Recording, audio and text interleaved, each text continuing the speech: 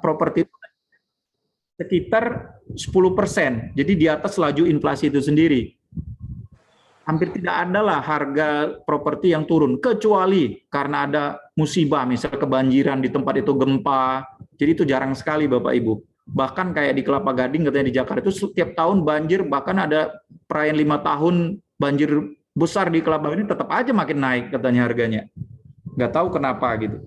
Nah, tapi apa kelemahannya? Kalau kita investasi di properti, kita beliin rumah atau apalah, yang negatifnya ada biaya perawatan juga di situ.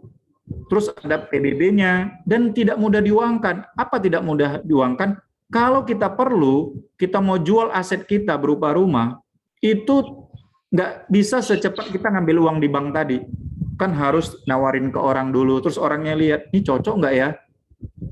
Beli rumah kata orang kan cocok-cocokan ya, bukan hanya harga.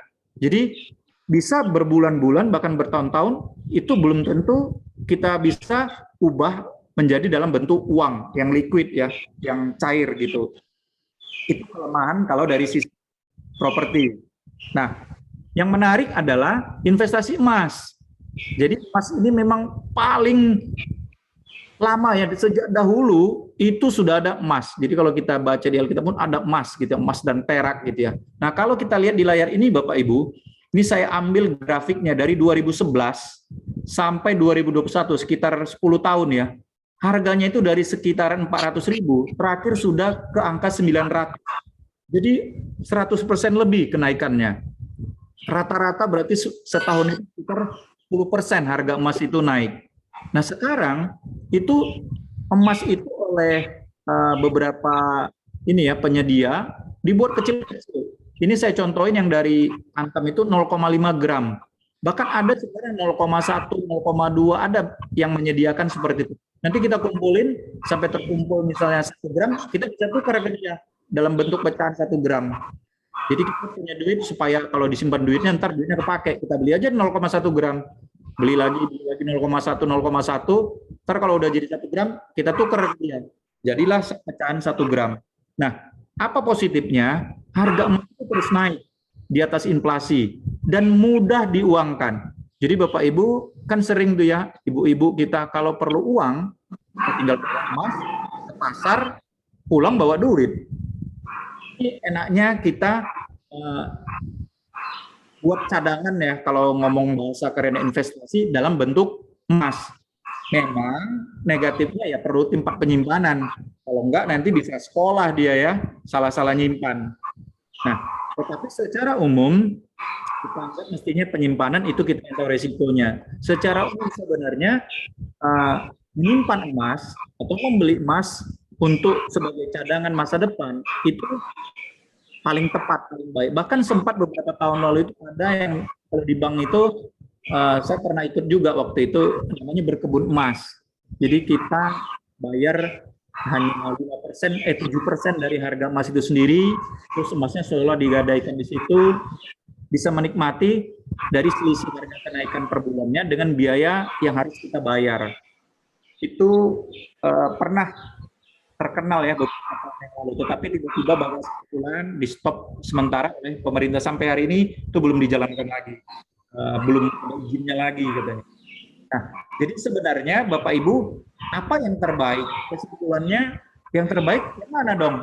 Kita harus investasi emas atau properti atau uangnya aja ditaruh di bank?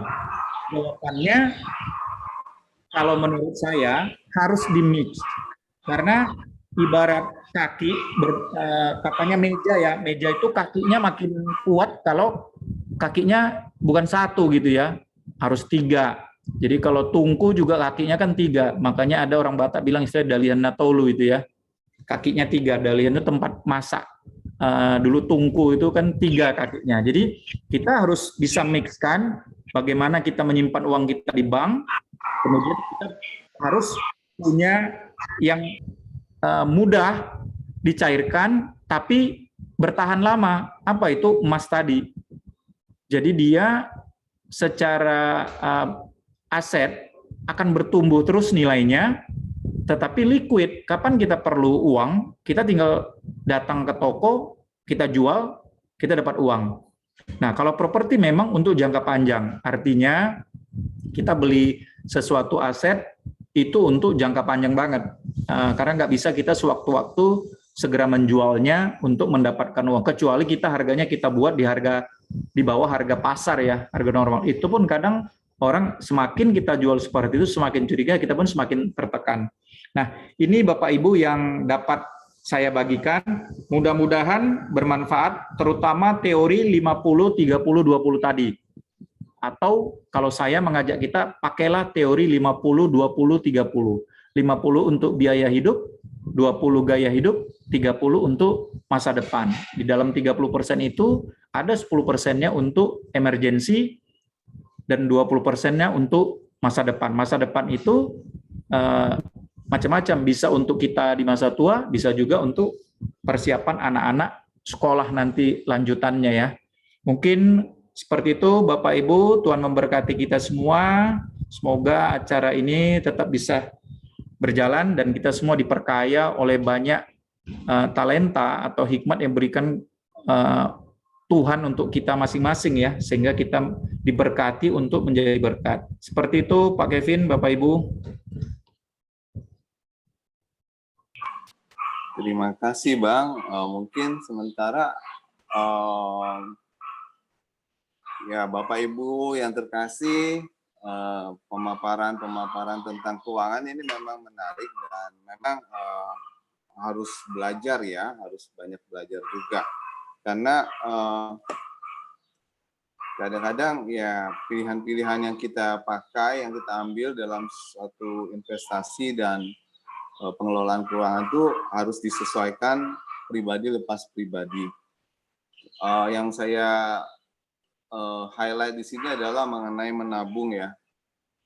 Ya, kita harus bisa menabung supaya dari tabungan itu bisa diinvestasikan. Mungkin itu highlight yang saya lihat. Barangkali Bapak Ibu sudah ada pertanyaan atau ada yang mau share tentang bagaimana mengelola keuangannya selama ini? Silakan, ada yang raise hand atau apa?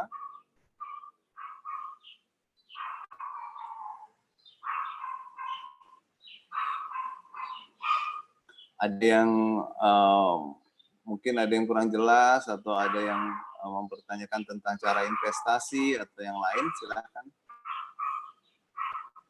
Nah ini, bagaimana kalau untuk usaha dan Kathy itu disisihkan berapa persen? Jadi istilahnya mau investasi ini ya. Nah coba silakan Bang. Pertanyaannya bagaimana kalau untuk usaha itu disisihkan berapa persen? Ya, jadi memang kayak tadi disampaikan, sekarang ini Bapak Ibu banyak banget teori-teori investasi ya, dan makin lama makin mudah. Kita dengan era digital ini mau investasi apapun makin cepat, dan sebenarnya banyak. Ini kan kita teorinya yang sederhana ya, ada namanya dana reksa, macam-macam sebenarnya yang ada sekarang. Nah, kalau untuk usaha, kalau saya sih teorinya itu kan kita merencanakan ya. Saya nggak tahu nih pertanyaan itu Keti, kalau untuk usaha berapa disisihkan itu maksudnya kita pengen punya usaha kah? Atau kalau kita punya usaha, kalau yang saya tangkap misalnya kita pengen punya usaha, berarti pakai teori yang tadi itu, 50, 20, 30. Berarti yang di 30-nya lah yang kita simpan untuk nanti modal kita buka usaha. Misalnya kita nanti bakal pensiun nih, jadi dari sekarang kita siapin tuh 30%-nya dari pendapatan, suatu saat nanti kita mau buka usaha. Tetapi tetap 10%-nya misalnya kita buat teori yang tadi itu ya. Dan mungkin kita bisa tekan gitu gaya hidupnya yang dikurangin. Kalau mau memperbesar di sisi yang ujung tadi, yang mempersiapkan hari esok tadi ya. Mungkin gitu, itu Keti. Terima kasih. Ya, terima kasih Bang.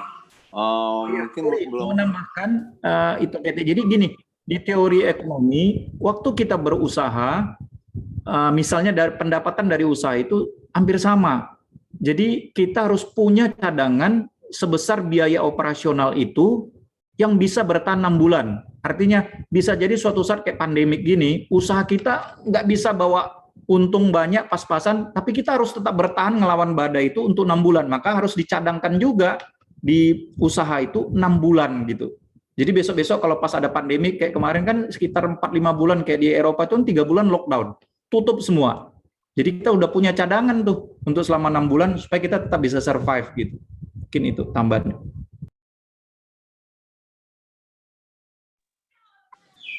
Ini Bang, masalah pengeluaran untuk usaha itu bisa nggak dianggap sebagai pengeluaran untuk biaya hidup? Oh iya, kalau maksudnya kita yang punya usaha gitu ya? Iya. Ya, kalau kita punya usaha kan kalau di teori perusahaan, di neraca kita itu kan ada aktiva sama pasiva ya.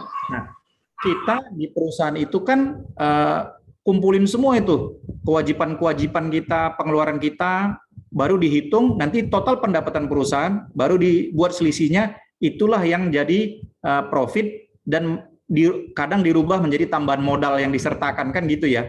Jadi kalau perusahaan memang ya semua kewajiban itu jadi biaya hidupnya kan. Nah, di mana perusahaan itu meletakkan gaya hidup? Ya mungkin untuk kayak bonus atau company welfare gitu ya untuk karyawannya dia kasih dadak-dadakan. Tapi kalau yang namanya salary itu kan menjadi pengeluaran rutin ya. Mungkin itu. Ya, terima kasih Bang. Ada pertanyaan lagi kah? Belum ada ya? Ada. Oke. Oh iya, silakan. Sorry tidak buka kamera. Itu mau tanya begini, tapi tadi kan bagus ya bahwa memang emas gitu untuk yang liquid sifatnya gampang dicairkan artinya dan tidak turun gitu ya. Nah, memang saya pernah dengar itu katanya di apa sih, pegadaian. Jadi kita kalau nggak punya tempat penyimpanan di bank, penyimpanan di rumah nggak aman, mungkin bisa di pegadaian. Cuman saya nggak tahu, mungkin ada yang ikut di Zoom ini yang mungkin, atau Pak Anton juga bisa menceritakan kalau yang pegadaian tuh bedanya gimana gitu. Ya, Soalnya sebenarnya ada yang bilang kayaknya lebih ribet, lebih nggak menguntungkan gitu dibandingkan ke orang lain gitu misalnya belinya gitu. Ya, makasih. jadi gini, setahu saya di pegadaian itu kita bukan nyimpan ya, tapi menggadaikan. Nah, jadi sama kayak di Bank Syariah sekarang itu ada gadai emas. Jadi gadai itu maksudnya kita titipkan di sana, kita kena biaya karena kita memakai fasilitas mereka. Mereka nggak bilang bunga, karena kita gadaikan, kita harus bayar tuh biaya ujroh kalau nama Bank Syariah ya, biaya ujrohnya, karena di Bank Syariah kan nggak boleh bilang bunga atau apa. Biaya ujroh atau penyimpanan anggaplah sebulan 100.000. Nah, nanti tinggal kita hitung. Kalau kita kontrak 4 bulan, biasanya kontraknya tiap 4 bulan, selama setahun, berarti kan 3 kali 4 bulan. Total biayanya, anggap yang kita bayar di situ ternyata 1 juta. Nah, tinggal kita hitung emas kita selama setahun itu naik berapa. Kalau naiknya 2 juta, berarti kan menguntungkan. Kita keluar biaya 1 juta, tapi emas itu bakal naik 2 juta. Ya udah, daripada kita simpan di rumah, beresiko, kan gitu ya. Itu maksudnya. Nah, hebatnya lagi, di Bank Syariah itu begini, itu Bapak Ibu, kita punya emas, kita gadaikan di dia, kita kan dapat duit. Nah, kita bisa nyicil emas di dia juga. Nah, itu bedanya, keuntungannya. Nah, saya pernah dulu Bapak Ibu waktu pertama jadi kepala cabang di Tasikmalaya, diajarin dealer kita ya, itu namanya Kodanil. Dia bilang ke saya bagaimana bisa merencanakan usaha. Sekarang dia bangun hotel ya. Dia bilang, saya itu Pak Anton, saya wajibin harus beli emas. Misalnya nggak harus yang banyak, enggak. Saya punya duit berapapun, saya kumpul. Misalnya saya mau beli yang 1 gram. Tapi saya kan nabungnya tiap bulan cuma bisa 10.000. Saya simpan 10.000. Sampai nanti terkumpul harga emas 1 gram berapa? 500.000. Ya udah 5 bulan saya ke pasar beli emasnya. Pokoknya itu saya niatin, harus saya sisihkan. Jadi saya bisanya ngumpulin waktu itu usaha saya kan masih kecil, hanya bisa dulu emas dia bilang masih ada berapa ya? 12.000 ya? 1 gram kah atau 2.000? Saya lupa. Dia tunjukin 2.500 mungkin. Jadi saya hanya bisa nabung waktu itu 200 rupiah. Ya saya kumpulin 200 rupiah sampai dapat 1 gram, ya saya beli. baru emasnya saya simpen katanya. Nah ini mungkin bagus untuk ibu-ibu. Jadi kita niatin harga emas sekarang kan kalau nggak salah 900.000 ya. Ya udah 1 gram 900.000 kan nggak mungkin kita bukan nggak mungkin, nggak harus beli 900.000 1 gram untuk 1 gram. Ya udah kita niatin 90.000 aja kita sisipin di bawah lemari 90.000. 10 bulan kan dari 90.000 jadi 900. 10 bulan dapat 1 gram. Dan nggak rugi. Pada saat kita tukarkan emas, uang kita akan melambung loh. Karena emas kan bakal naik. Padahal kalau itu kita beliin baju, apalagi online ya, enak banget tuh memang. Tinggal klik-klik, tiba-tiba kita dapat hadiah aja. Teori fenomena online katanya gitu. Kita seolah-olah dapat gift dari seseorang. Padahal yang beli juga kita. Gitu ya. Udah turun nilainya. Nah, itu katanya teorinya begitu. Berkebun emas di kebun sendiri. Kalau bukan pakai pihak ketiga. Kita tabung aja 90.000 tiap bulan di bawah laci. Terkumpul 900, kita datang ke toko emas. Tinggal bawa pulang emasnya. Dan itu dilakukan terus. Dan jangan takut, misalnya kita udah beli emas katanya 900.000, sekarang 1 gram. Tahun depan kan jadi 1 juta. Rugi dong belinya. Enggak. Karena emasnya bakal naik terus. Kan gitu. Jadi kalau kita tanya gitu, nanti kita nggak mau beli emas katanya. Ya dulu kan emas masih harga 500, masa sekarang 900 saya beli? Nggak ada seperti itu teorinya, karena kita nilainya akan naik terus. Itu yang harus direncanakan sih. Ya mirip kayak Pak Devi ya, membiasakan tadi itu ya harus lari sekian, ya harus simpen lah 90.000 misalnya. Iya, oke itu terima kasih. Cuman ini memang nggak apa-apa ya share sedikit aja. Saya memang belum melakukan karena saya justru pengen bertanya siapa tahu ada yang sudah punya pengalaman di sini ke Pegadaian. Jadi rupanya di Pegadaian itu sekarang mereka buka seperti buku bank.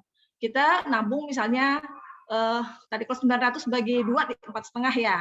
Kita punya uang 450.000, kita ke Pegadaian, kita setor uang kita, itu dinilai seharga emas. Jadi 450 itu sama dengan sekian setengah gram misalnya. Besok-besok ngambil sesuai dengan harga emas besok berapa, jadi naiknya berapa. Jadi kita nggak wajib punya brankas di rumah ataupun brankas di bank karena aman uang kita di situ. Cuman saya sendiri belum jadi karena mungkin ada pandangan yang lain, lebih enak jangan di Pegadaian, mungkin ada kurang untung kurang lebihnya kali di Pegadaian gimana gitu. Tapi ya itu aja sedikit sharing itu aja. Kalau ada mau tambahkan silakan. Terima kasih.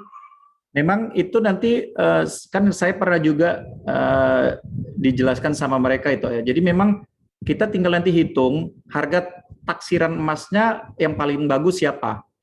Karena pasti ada selisih kan. Pegadaian menaksir sekian, di bank menaksir sekian, terus biaya saya nggak ngerti itu, baru dengar juga itu ada seperti itu ya. Tapi kalau dia ubah bentuk emas yang kita titip, walaupun kita belum pegang emasnya, mestinya dia kan kenakan biaya ya, biaya titipan. Makanya nanti emas yang kita ambil itu seharga yang aktual kan gitu ya.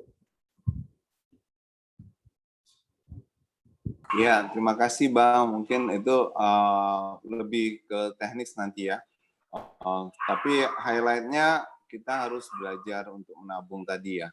Ini ada pertanyaan Bang dari Pak Devi, saya bacakan ya. Di masa pandemi keuangan kita sedikit terganggu, untuk persepuluhan itu kita ambil dananya dari biaya hidup atau biaya hari esok, karena serba terbatas keuangan kita. Terima kasih Pak Devi pertanyaannya, silakan Bang. Ya, jadi inilah pertanyaan yang saya takutkan Pak Devi, dan ternyata keluar juga. Ini udah saya duga. Dan waktu itu kalau nggak salah udah ada selintas sama Pak Dr. Andreas ya kita ngomong ini ya. Dan ini saya pasti duga bakal keluar karena ada kuota 50, 30, 20. Dan ternyata Pak Devi yang memunculkannya. Jadi jujur Bapak Ibu, ada perbedaan pandangan ya bagaimana menghitung perpuluhan. Sebenarnya saya kemarin baru ikut pembinaan. Tuhan Yesus sendiri dan murid-muridnya kan tidak menganjurkan tentang perpuluhan kan. Jadi memang sulit untuk menghitungnya. Kalau kita baca firman itu, perpuluhan itu ada 2 versi gini. Waktu itu kan dibilang, hitunglah dombamu, jadi pas domba ke-10 itu diambil. Tapi kalau dombanya 19, kan yang diambil cuma 1. Karena yang diambil kan kelipatan 10. Tapi kalau kita teori sekarang, 10% dari 19 kan 1,9, kan gitu ya.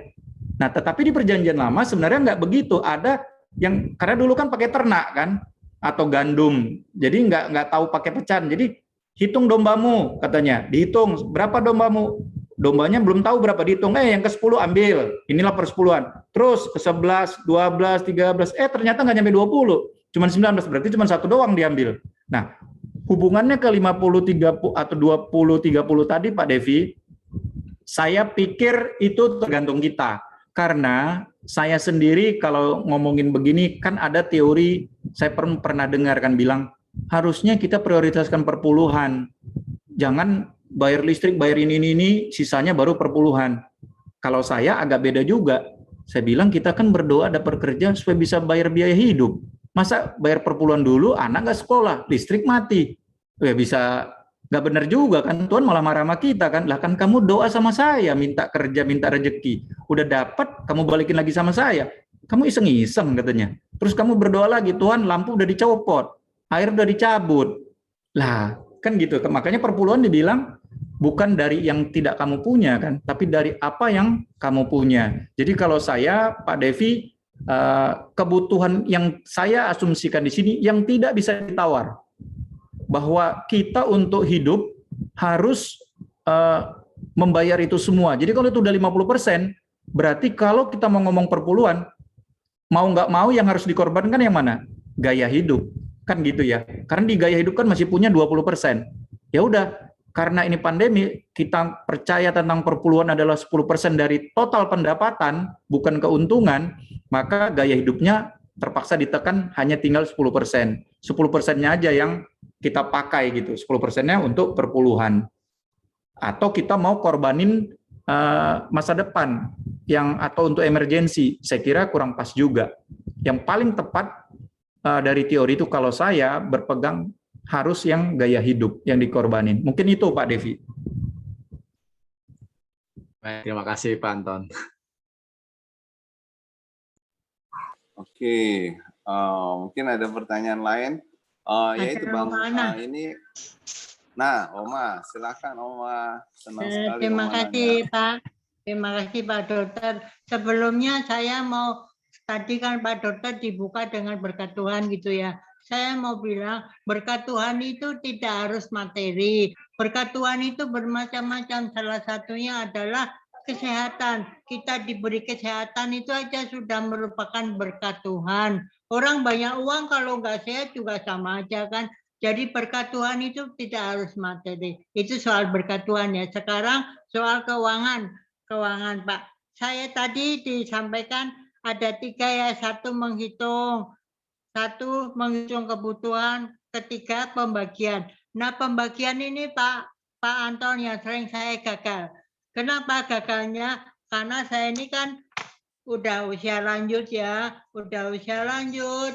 Lalu banyak cucu, anak-anak juga banyak. Nah, sebagai oma ini kadang-kadang saya dimintain uang cucu, kadang-kadang saya senang karena sukacita kita itu memberi kepada cucu kan ada kegembiraan sendiri. Saya punya usaha, ya usaha lah pokoknya gitu.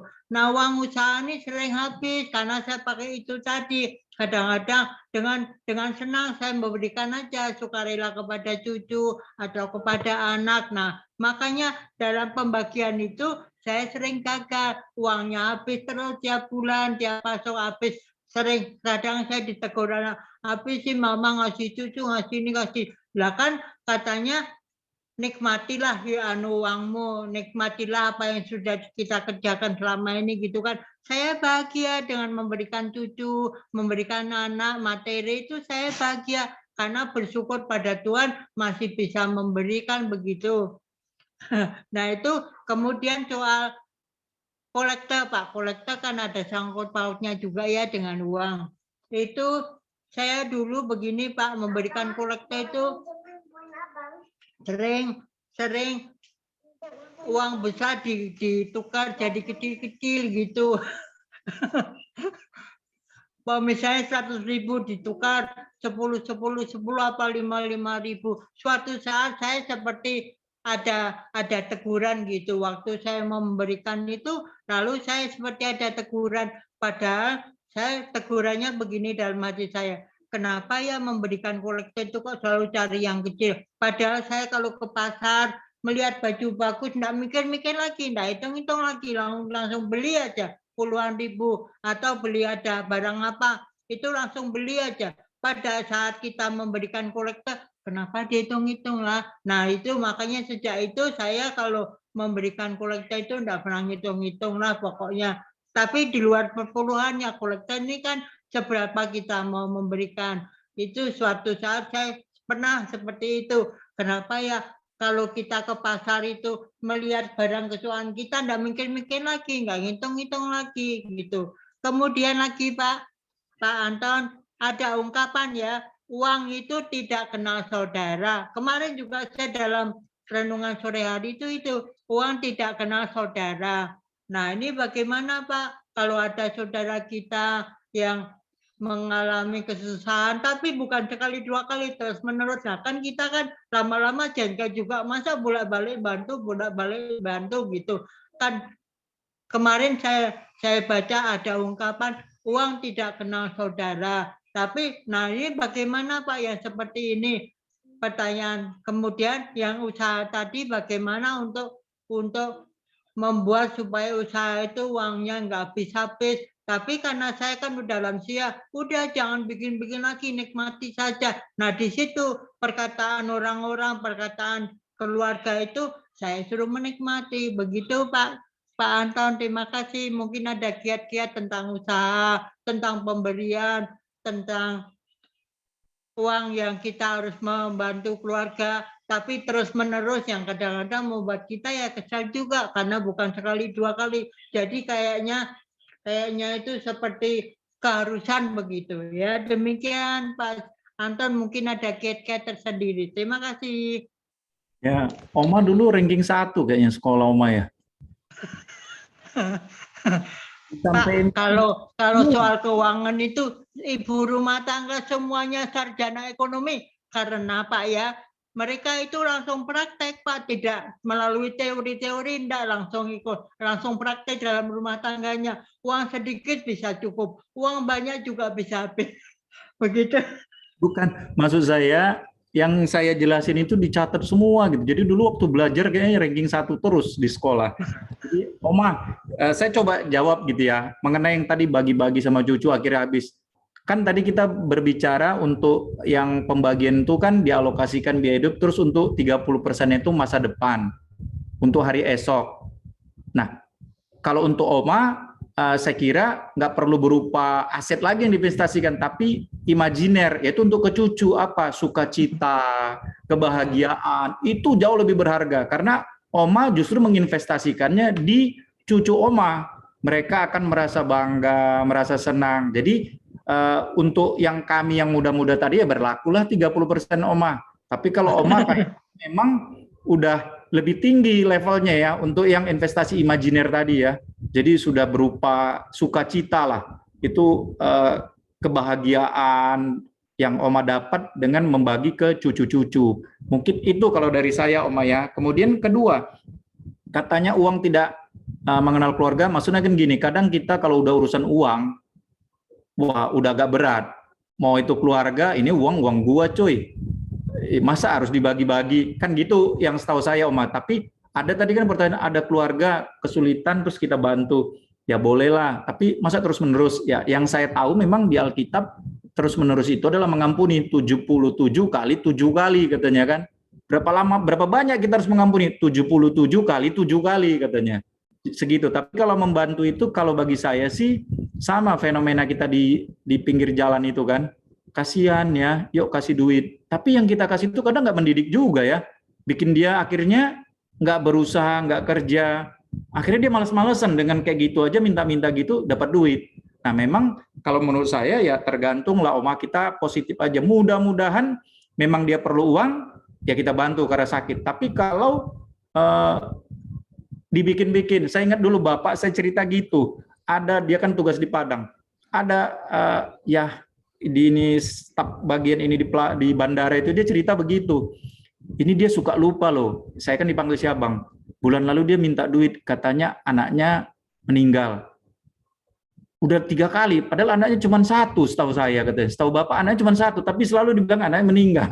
Terus istrinya meninggal, udah 2 kali dibilang istrinya meninggal katanya. Nah mungkin kayak gitu maksud Oma kan, ya itu menurut saya kita berdoa aja lah Oma, bergumul, karena udah nggak mendidik kan, membantunya jadi memberikan peluang bagi dia untuk terus-menerus terjebak ya dalam meminta pertolongan terus. Jadi menurut saya yang Oma lakukan tadi, nggak ada lagi nih yang 30%, ya nggak apa-apa lah Oma. Oma sudah menikmati kan, artinya bagi kami aja lah yang 30% itu Oma ya. Oma cukup bagi-bagikan aja, syukur-syukur kan cucunya jadi menginvestasikan sendiri. Mungkin itu yang bisa saya jawab ya Oma ya. Ya, terima kasih Pak Saitonga. Ya, tapi saya nggak ada kaos ya Oma. Terima kasih. Ini kelihatannya Tante Alce nih mau nanya juga nih. Baru kelihatan Tante. Selamat malam Tante. Ya. Rumah sakit. Baru iya ngantar cucu divaksin. Oh, malam-malam Tante. Mulai jam 4.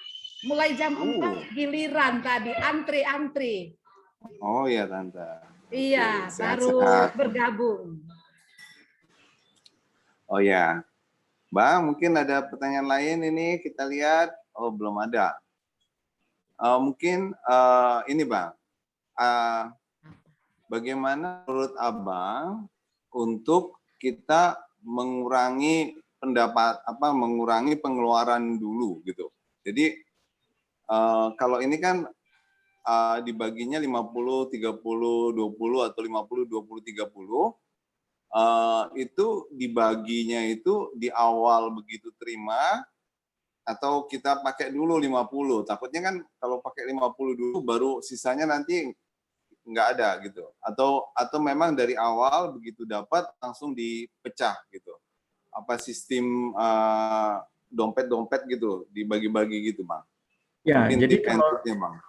Ya, jadi kalau teorinya tadi kan kita buatkan urutannya ya, kita harus hitung total pendapatan, terus kita hitung berapa total pengeluaran. Nah, pengeluaran itu yang kita tuliskan adalah pengeluaran wajib kebutuhan hidup ya. Nah, setelah kita hitung, baru kita alokasikan nih berapa sih angkanya yang kita harus sisihkan. Nah, teori 50, 20, 30 tadi itu adalah teori standar. Jadi mestinya pengeluaran kita itu adalah 50% dari pendapatan, mestinya 20%-nya untuk gaya hidup, 30%-nya untuk hari esok. Tetapi yang tadi pada kenyataan, waduh kalau 50% ini nggak cukup, sekarang naik, ya sudah, ditambahin jadi 60% dari pendapatan. Yang mana yang dikorbanin? Yang gaya hidupnya, disisain doang 10%. Kalau ternyata nggak bisa juga, wah harus 70%. Kita tinggal hitung, mau yang investasi masa depan dikorbanin, atau gaya hidup. Nah, tapi kan tadi kita bilang ya, tapi gimana mau ini gaya hidup itu harus ada ya. Masa nggak ada sih? Nanti malu dong, kan gitu misalnya. Ya udah, tadi dikurangin, diambil lagi aja 5% dari gaya hidup, dari masa depannya diambil 5%. Kalau memang itu harus. Tapi kalau bagi saya sih sebenarnya kalau dia udah berubah ke gaya hidup, kayak tadi ya misalnya kita mau beli motor. Motor itu kan yang kita keperluannya dia harus yang matic, bisa bawa kita kemana-mana. Ya udah dibelilah harga motor yang kayak tadi misalnya Honda Beat 17 juta. Itu udah jadi pengeluaran sebenarnya, jadi biaya hidup. Tetapi kalau kita berubah, oh jangan Beat dong, biar lebih keren. PCX harganya 3 kali lipat. Nah akhirnya jadi gaya hidup kan. Dan gaya hidup itulah yang membebanin dari total pendapatan kita ke arah pengeluaran. Nah jadi menurut saya sebenarnya gaya hidup itu tergantung kita ya. Dan kita tadi dikunci di situ kan kalau boleh maksimal 20%. Nggak bisa juga ya udah 10% aja lah. Karena 10% kita taruh ke kebutuhan hidup. Yang paling tidak boleh diganggu katanya Bapak Ibu adalah yang 10% emergensi tadi. Itu wajib. Jadi harus ada cadangan emergensi 10%. Itu wajib hukumnya. Kalaupun kita masa depannya 20%, udah dikurangin aja lah karena sekarang keperluan hidup banyak, nggak apa-apa. Tapi ada 10% yang emergensi, sisain aja 10% untuk masa depan gitu. Mungkin itu Pak Kevin ya Dr. Andreas. Oke. Oke Bang, jadi Bapak Ibu kelihatannya kan begitu ada uang yang masuk gitu ya, 10% dulu lah berarti disisihkan buat emergensi ya, karena itu yang pentingnya. Sekarang ada juga Bang yang teori yang pernah baca ya, dia itu biasa minum kopi katanya. Dia biasa minum kopi, terus dia kemudian belajar tidak minum kopi karena dia biasanya minum kopinya ke warung gitu. Terus setiap kali dia mau pergi ke kopi warung itu, uang yang biasanya dia bayarkan ke kopi itu dia masukin ke botol atau ke kaleng gitu. Dan sesudah berapa lama ternyata itu jadi banyak sekali. Jadi kayaknya dia merubah gaya hidup lah itu namanya Bang ya. Jadi berubah gaya hidupnya dipindahkan ke Masa depan. tabungan. Ya. Ya, itu yang dia ini ya Bang ya. Ada contoh juga yang rokok, ada contoh juga yang kopi, ada contoh juga yang biaya nonton bioskop kayak gitu Bang. Mungkin itu ada cerita dari Abang gimana? Ya, sebenarnya katanya teori yang paling benar mendisiplinkan begitu. Gaya hidupnya jangan dipindahin ke yang 50 tadi, menambah pengeluaran. Tetapi gaya hidup itu dirubah menjadi yang ke 30% ya, untuk masa depan tadi. Sebenarnya itu yang paling bagus sebenarnya. Karena kayak tadi ya, teori 10% emergency itu kalau di beberapa kayak di negara yang sudah maju sebenarnya kan itu dipaksa oleh pemerintah kan. Kita sekarang BPJS kan lagi ngarah ke sana. Semua karyawan swasta pun harus ada dana pensiunnya kan. Jadi bukan hanya pemerintah sekarang. Kayak kami di Trio Motor karyawan swasta dipungut oleh BPJS untuk dana pensiun juga kan. Jadi memang harus ada yang disisihkan 10% tadi. Dan saya sangat tertarik dan mengajak sebenarnya khususnya ibu-ibu lah. Ayo sisihkan tadi itu ya, yang 90.000 tadi dilaci-laci, ayo nanti terkumpul 10 kali, tinggal datang ke ini, belikan 1 gram. Jangan harus lihat orang lain, wah si itu belinya 100 gram coy. Masa kita beli 1? Nggak ada urusan sebenarnya. Karena tadi baca semua inilah ya, kehidupan bahkan di Alkitab, bahwa kalau di Muslim itu ini ada aturannya, harga kambing itu setara dengan 1 gram emas kalau nggak salah. Karena zaman dulu itu ukurannya gitu. Jadi kalau kita punya 1 gram emas itu sama dengan kita bisa beli kambing.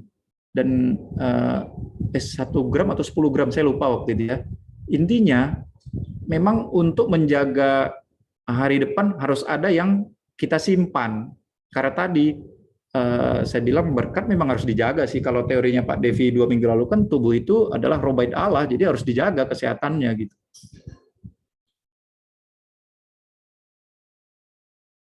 Terima kasih Bang.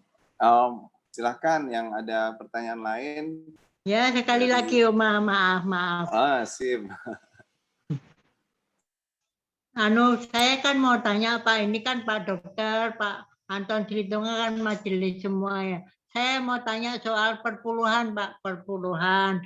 Itu kalau misalnya suatu enggak rutin ya, kalau perpuluhan seharusnya kan rutin tapi sedikit kan tiap bulan, 1/10 dari yang kita dapatkan. Kalau suatu saat kita mendapatkan rezeki lebih dari yang setiap bulan, misalnya perpuluhan saya misalnya 3 juta atau 5 juta, boleh nggak kita bagi-bagi Pak? Jadi maksudnya bukan hanya satu tempat, ke beberapa tempat kita bagi-bagi kepada mereka yang benar-benar membutuhkan. Nah ini boleh nggak kira-kira Pak? Terima kasih. Ya, ini topik perpuluhannya hangat banget memang. Jadi kalau lagu perpuluhan itu kan kita ada itu ya, perpuluhanmu menjamin hidup sesamamu. Jadi waktu kita diminta kolekte itu sebenarnya kan dibilang, makanya didoakan, berkatilah majelis jemaat untuk mengelolanya. Mengelolanya itu untuk kegiatan pelayanan itu sendiri dan termasuk untuk kegiatan diakonia juga, kan gitu ya Oma ya. Jadi kalau ditanya perpuluhan, tadinya kan perpuluhan saya 1 juta nih, anggap. Terus tiba-tiba karena ada rezeki, saya harusnya ngasih 3 juta ini. Nah, tapi 3 jutanya saya mau kasih ke gereja tetap 1 juta, 2 jutanya saya bagi ke ini, kan gitu maksudnya Oma kan. Nah, Kalau menurut saya sih tadi ya, bahwa perpuluhan itu kan sesuatu yang didorong oleh hati kita. Dan Tuhan tidak menuntut yang tidak kita punya, Oma. Jadi kalau hati kita bilang, misalnya Oma lah, aduh saya tergerak ada gereja di sana nih yang perlu dibantu. Saya kasih 1 juta ke gereja sana, 1 juta ke sini.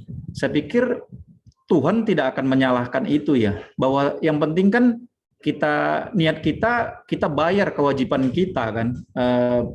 Bahwa itu dipakai untuk sebagian ke tempat sana, ke tempat sini, mestinya sih secara ini ya, kalau saya dibilang majelis GPIB, saya bilang, Oma bayarlah ke GPIB lah semua, jangan ke tempat itu kan wajar-wajar aja, karena kita ber-GPIB. Tapi kalau pada kenyataan Oma bilang, kalau ditanya, sejujurnya di firman Tuhan ya nggak masalah ya, karena tujuannya juga untuk kasih. Makanya kan selalu dibilang itu ya, di lagu kita itu, perpuluhanmu itu menjamin hidup sesamamu. Kan itu. Kalau dari saya sih itu pandangannya Oma. Nanti dimarahi Pak Pendeta loh.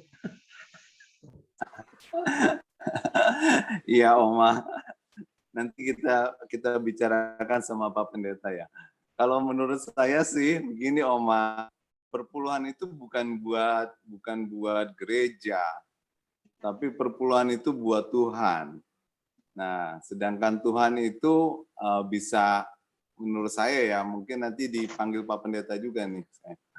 Jadi karena itu pikiran saya bahwa perpuluhan adalah untuk Tuhan, jadi Tuhan itu mungkin suatu waktu menggerakkan kita untuk memberikan kepada hamba Tuhan di mana, atau gereja di mana, atau pelayanan di mana, itu semuanya itu digerakkan oleh Tuhan. Tetapi yang mungkin yang penting adalah kita tahu bahwa kita menunjukkan istilahnya kepatuhan dan kasih kita kepada Tuhan dengan memberikan perpuluhan itu. Terserah mau dikasih kemana yang digerakkan oleh Tuhan. Itu kalau menurut saya ya. Mungkin dari yang lain juga nanti ada pendapat-pendapat yang lain. Ya, jadi boleh ya, enggak apa-apa ya kita bagi-bagi gitu ya. Ya, Nah, tapi kalau saya ya Pak, sebagai ketua 4 di GPIB, saya bilang ya harus ke GPIB aja loh, Mah. Kan gitu. Tapi kalau mau matanya tadi Tuhan ngomongnya kayak apa? Nah, mungkin Pak Dr. Andreas sudah bilang. Tapi kalau tadi disebutkan Penatua di acara ini, berarti Penatua dari GPIB, saya ketua 4 ya. Saya bilang, Oma, kesini aja lah. Banyak yang mau kita kerjakan, kan gitu. Terima kasih Iya, Pak Dokter sama Pak Anton. Iya, Oma.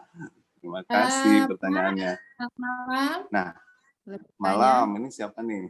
Ibu Guru. Ibu Mes, Ibu Guru. Silakan Bu Guru. Begini Pak Anton, kami kan karyawan swasta. Karyawan swasta, kita sudah ada BPJS Tenaga Kerja, BPJS Kesehatan.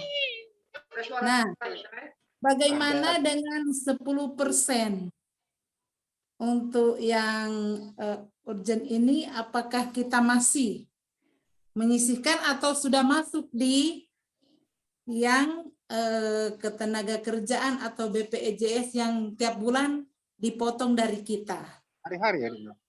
Terima kasih Pak.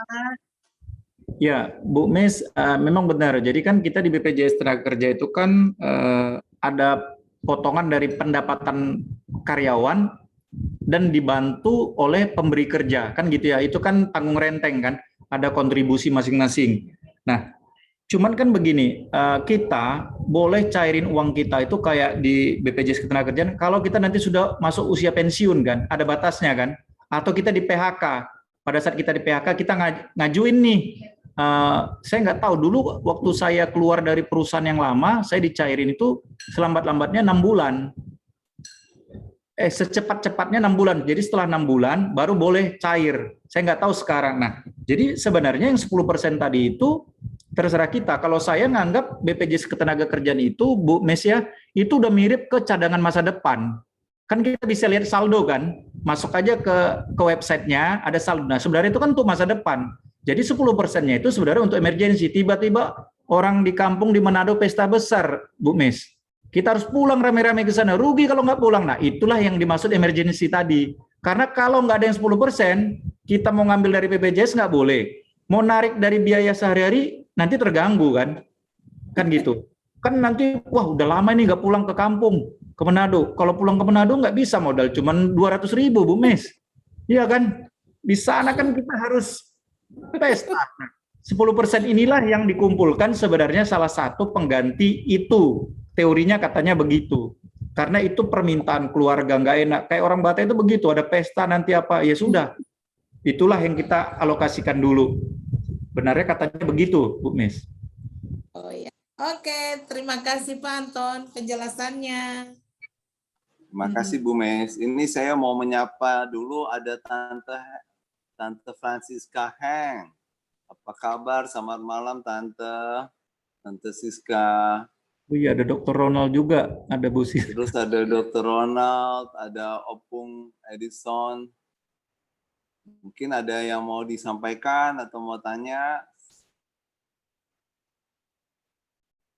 Oma Luisa. Malam, saya baru pulang, jadi Dari baru mana? sambil makan ya.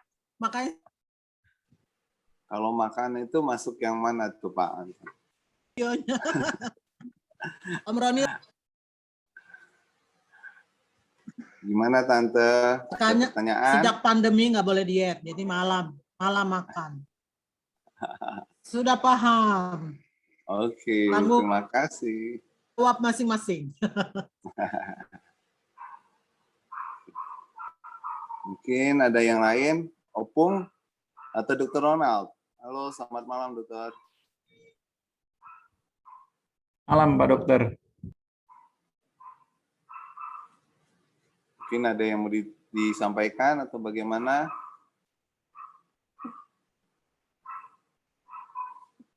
Belum di-unmute. Saya kira cukup aja, Dr. Andreas. Ya, Mungkin terima yang kasih lain. sudah ikut makasih. bersama-sama di sini. Ya, makasih.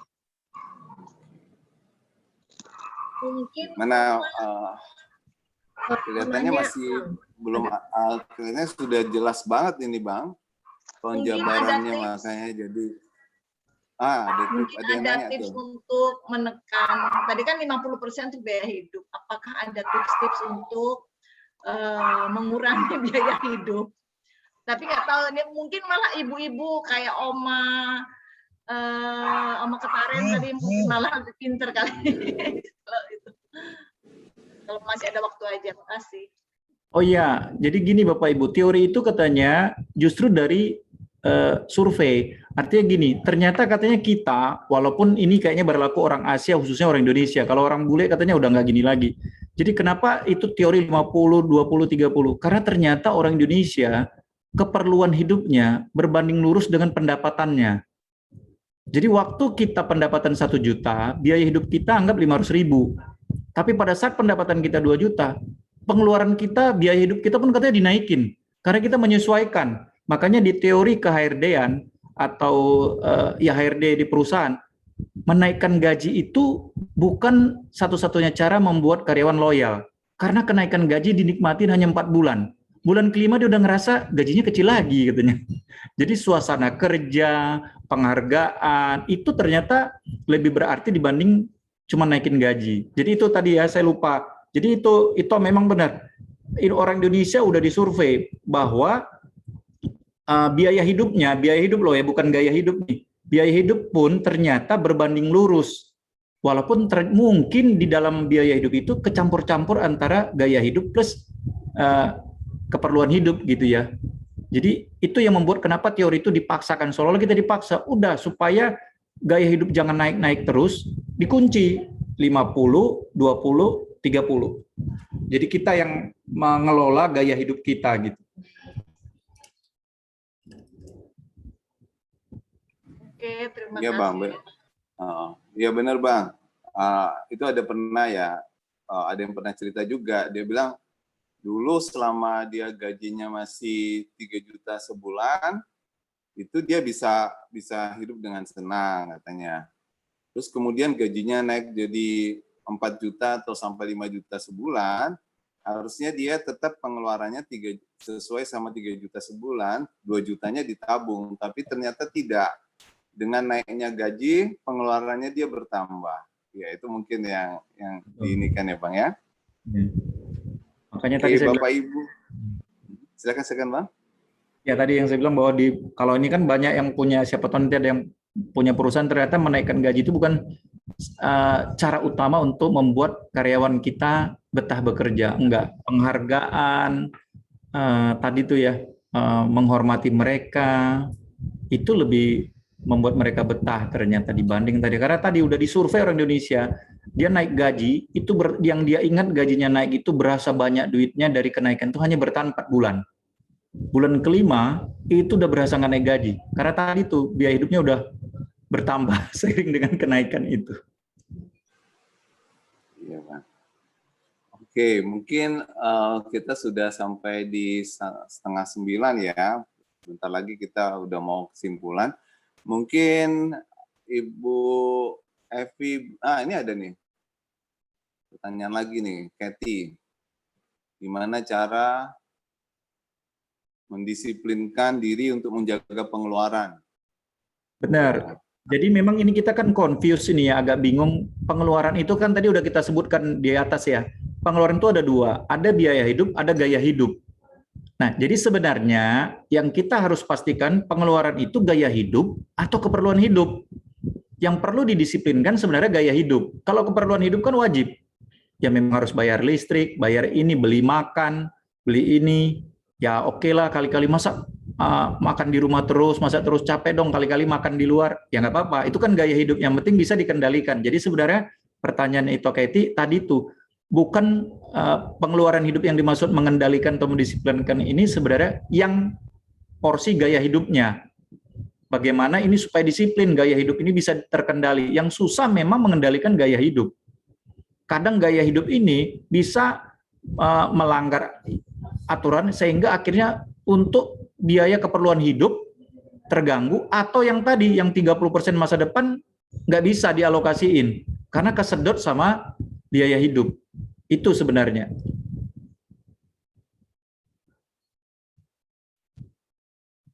Ini ada Ito Sitorus. Jadi kalau nggak salah ini istrinya Pak Devi ya. Iya, sama. Pariban, istri saya kan Sitorus. Saya juga Sitorus. Iya, saya manggil Ito aja lah ya. Kalau dana pendidikan itu kan, kalau saya menganggapnya masuknya di 30% itu. Untuk masa depan. Maksudnya kan pasti ini pendidikan anak kan, bukan pendidikan Pak Devi. Masa Pak Devi mau sekolah lagi, nanti kalah semua kita di sini. Mau S2, S3, repot. Nanti makin banyak ilmunya. Jadi pasti ini yang dimaksud itu ini untuk biaya pendidikan anak. Nah itu mestinya dialokasikannya itu tadi di masa depan. Kalau sekarang instrumennya kan banyak, ada asuransi pendidikan anak macam-macam. Tapi kita sekarang ngomong yang simple lah ya. Ya tadi itu pakai yang 20%-nya tadi. Di porsi yang paling kanan tadi itu. 20% untuk masa depan. Itu kita pakai untuk sebagiannya untuk pendidikan anak. Iya. Karena sekarang masih kecil, biaya pendidikan masih murah. Duitnya dipoya-poya, ya enggak, makanya harus dialokasikan. Pada saat dia nanti mau kuliah, kita udah punya kan.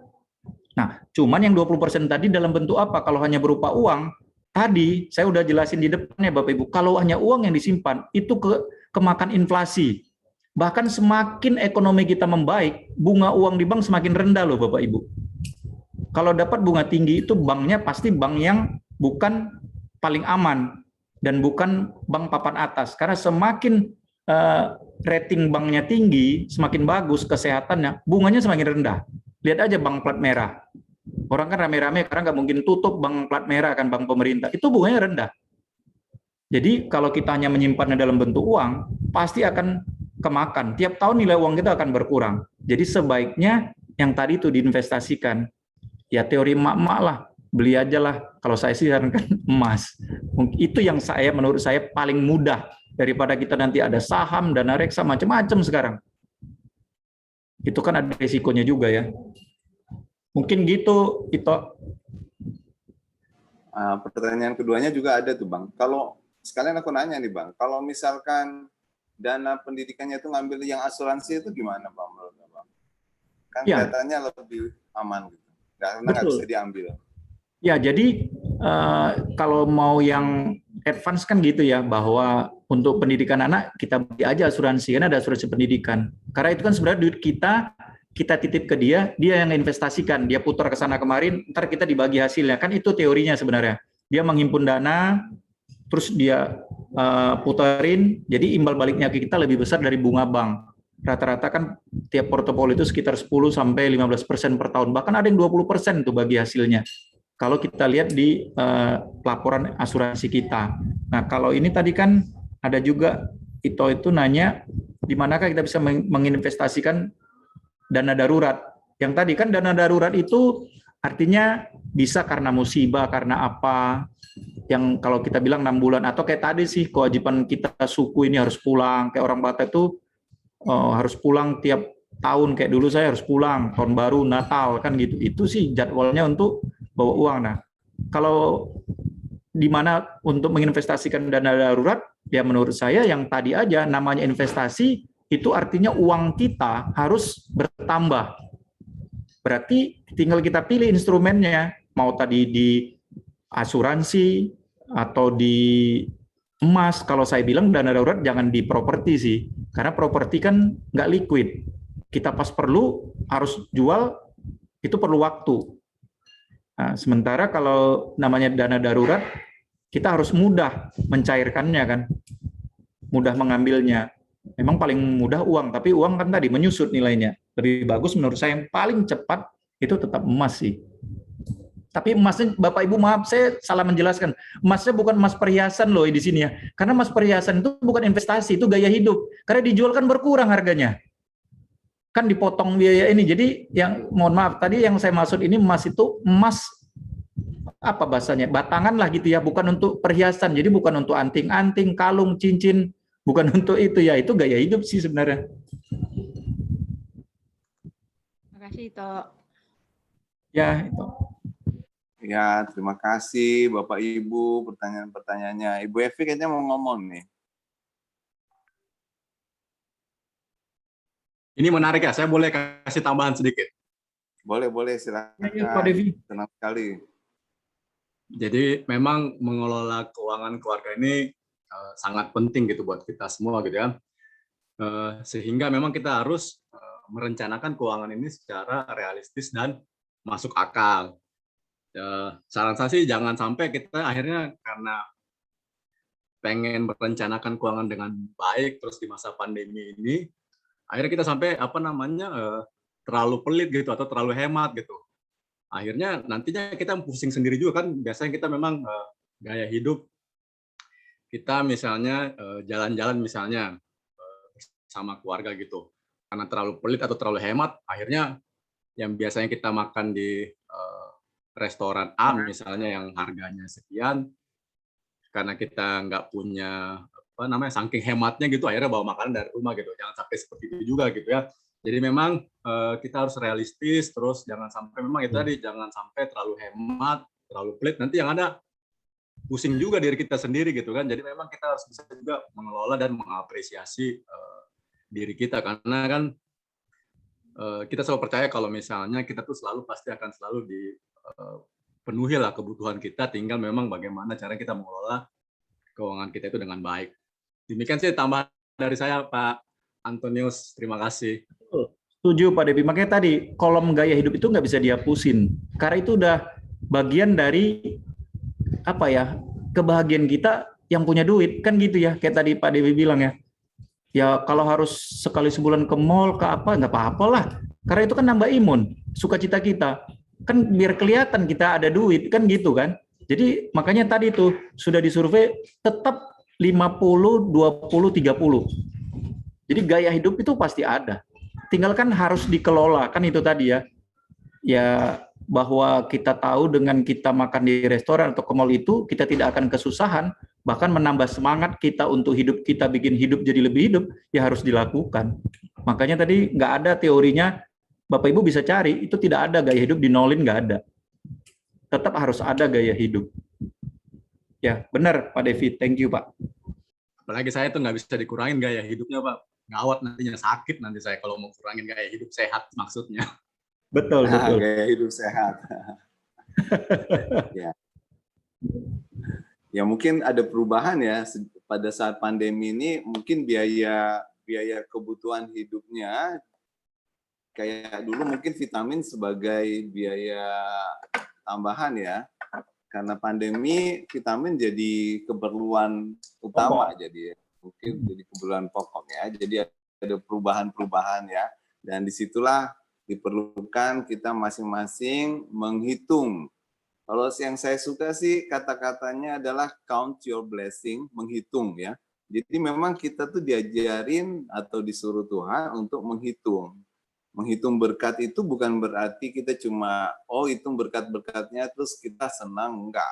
Kita menghitung berkat kita senang, tapi kita juga dengan menghitung berkat itu kita juga menghitung, berkat saya segini, saya harus mengatur pengeluaran saya segini. Jadi itu yang saya pikir sih dari lagu itu juga. Ya Bapak Ibu, kalau masih ada pertanyaan-pertanyaan, Ya, jadi dari chat tidak ada. Nambahin yang Pak Devi bilang benar. Saya punya teman dulu, kita sama-sama kepala cabang. Jadi kalau kemana-mana kita, ya namanya kita masih lajang ya, makannya ya nasi padang lah, yang lauknya rendang atau apa. Kalau dia nggak, nasi putih sama apa, kemana kita jalan-jalan pas ada tour dulu dari perusahaan kita gitu ya. Kita kan beli minum ya, yang minuman ringan apalah, beli jus apa. Kalau dia nggak, bawa dari hotel. Airnya ditaruh di botol yang dibawa dari Indonesia gitu ya. Air di sana kan bisa diminum, ditaruh di botol, diminum-minum ulang. Terus kita ngobrol, iya ya, sebenarnya dia ini nanti kayak gini nabung terus, 20 tahun lagi kita ketemu, dia naik Mercy. Saya bilang, betul sih, kita masih naik Toyota, dia naik Mercy. Tapi pas turun dari Mercy, dia naik kursi roda, kurang vitamin, saya bilang. Karena yang dimakannya itu aja. Jadi benar kata Pak David. Benar, makanya tidak boleh gaya hidup. Jadi itu kan udah kebangetan gitu ya. Kita bisa menikmati, dia sibuk ngurusin masa depan. Padahal kan, ya ini satu juga Bapak Ibu. Saya ingat saya pernah dapat dari orang tua ya. Waktu itu bukan orang tua saya, maksud dia bilang begini. Kita sering kebahagiaan orang tua itu, ketakutan orang tua itu adalah takutnya anak kita nanti kalau kita nggak simpanin ini, simpanin itu, dia hidupnya nanti susah. Padahal bapaknya sendiri dulu ngerantau dari kampung bisa sukses. Jadi orang tuanya lebih takut gitu. Padahal kan kita berdoa sama Tuhan kan, nanti Tuhan akan kasih jalan bagi dia kan. Nah, bahwa kita harus membantu dia mencapai cita-cita, iya. Tetapi jangan sangat takut, bilang nanti anak saya nggak bisa ini, nggak bisa itu. Jadi akhirnya kayak tadi Pak Dewi bilang, duitnya dikumpulin hanya untuk anaknya, pokoknya anaknya mau ginilah, gini. Akhirnya dia nggak ngapa-ngapain gitu ya. Nah itu menurut saya sih nggak benar juga. Jadi teori ini tadi, makanya saya bilang di depan, teori ini adalah mengelola supaya kita bisa menikmati hidup kita yang tadi rasional. Jadi 50, 20, 30 mengajak kita untuk rasional sih. Bukan untuk berpoya-poya, tapi bukan pelit. Kalau hemat harus. Jadi beda pelit sama hemat. Hemat itu kan kalau harus keluar 1.000 ya 1.000. Tapi kalau pelit harusnya keluar 1.000, enggak lah 100 aja. Wah itu cacingan nanti. Kan gitu ya. Mungkin gitu. Sebagai penutup ya mungkin Bapak Ibu, Pak Dr. Andreas. Ya, terima kasih Bang. Terima kasih juga Bapak Ibu yang sudah join. Terima kasih komen-komennya, pertanyaannya, baik dari Oma, dan dari Bu Mes, dari Pak Devi, dari Bu Devi, jadi Bu Olive Sitorus ya. Terima kasih untuk kebersamaan kita malam hari ini. Saya bersyukur ya kita sama-sama berharap bahwa kegiatan ini kita masih bisa jalankan dan juga mudah-mudahan tambah rame ya, tambah semangat yang ikut. Dan oleh karena itu saya pikir sih saya sangat berterima kasih dengan Abang ya udah membagikan ilmunya, dan saya juga sebetulnya berpikir juga ini kalau misalkan ini seru, rame, ya mungkin lama-lama ya seperti kata Abang tadi, bisa jadi kegiatan bersama-sama yang lain ya mungkin, tapi ya itu hanya pikiran sementara ya. Yang penting fokusnya adalah dari kita akan tetap mencoba mencari topik-topik yang baru dan sangat mengharapkan juga dari Bapak Ibu untuk mengusulkan topik apa yang kira-kira bisa kita ajukan untuk 2 minggu yang akan datang. Boleh Sementara syarat sih yang sekarang. Oh ya, Oma, silakan. Tadi kan boleh ya nyarankan. Saya menyarankan 2 minggu yang akan datang soal hukum aja Pak Dokter. Hukum itu kan banyak, ada hukum pidana, hukum apalah pasal-pasalnya banyak. Nah kan di sektor 4 ini ada pengacara, ada ahli hukum seperti Pak Baron. Nah itu soal hukum aja, macam-macam hukum itu. Saran-saran. Terima kasih. Terima kasih Oma sarannya. Kalau tidak ada yang memberikan saran yang lain, sarannya Oma ini kita ambil. Jadi kita akan minta itu Ibu Evi yang sudah ketawa-ketawa untuk melakukan PDKT. Wah, harus beri ini nih. Gara-gara Oma nih harus melobi dulu. Dirayu-rayu aja lah, dirayu. Nah, dirayu katanya. Iya, boleh Oma, kita ajukan nanti. Ya, kita lihat ya, 2 minggu yang akan datang, salah satu usulan yang sudah kita dapat adalah hukum. Ya, hukum Taurat ya, Oma. Ada masukan juga yang hadir. Kan memang itu, setelah keuangan kan agendanya memang tentang hukum kan? Oke. Caro. Setuju aja. Setuju dong. Memang agendanya begitu toh. Kemarin dalam catatan begitu kan? Tentang hukum. Ya. Oke, mudah-mudahan berhasil. harus berhasil. Harus dong. Haruslah. Ya. Ini kita sampai ngundang dari sektor 5 aja mau loh, masa sektor 4 nggak mau. Kalau Pak Anton kan yang baik hati, Pak Anton tidak sombong. Rajin menabung. Saya kenal sih sama beliau, Epi. Kalau yang ahli hukum itu saya kenal, cuman maksud saya ya lebih bagus Pian yang ngelobi daripada Ulun.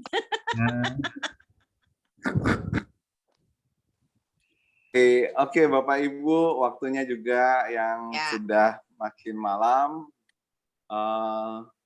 Saya berterima kasih. Mungkin Ibu Evi mau foto bersama dulu dan kita ada doa penutup.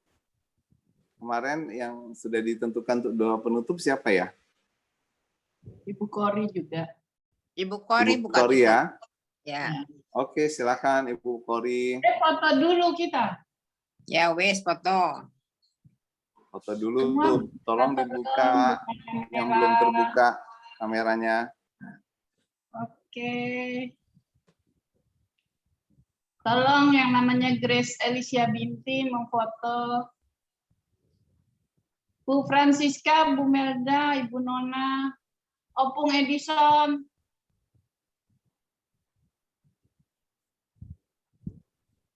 Kenangan ngobras.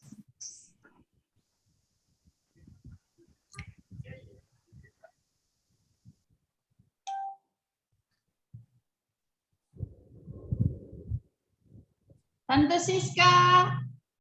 Lagi makan tuh. Mana lu? Kalau keluar ke mana nih? Elfrida. Mau kasih makan anjing. Oh iya. Foto dulu, foto. Foto dulu, foto. Foto sebentar. Nggak bisa. Sudah anak. Belum. Saya hitung ya. 1, 2, 3. Kali lagi. 1, 2. Nggak mau kebuka, nggak mau kebuka. Kebuka. Sudah. 1, 2, 3. Oke, sudah. Sudah. Ya, terima kasih. Sektor 4, terima kasih. Sampai jumpa. Kita akan berdoa. Doa dulu, Pak. Bapak Ibu, sebelum acara ini kita tutup, kita akan tutup dengan doa. Mari kita berdoa. Terima kasih Tuhan atas tuntunan penyertaan-Mu sehingga acara ini dapat berjalan dengan baik dan lancar. Terima kasih juga kami sudah dapat materi pada malam hari ini bagaimana cara mengelola keuangan keluarga saat ini dan hari esok.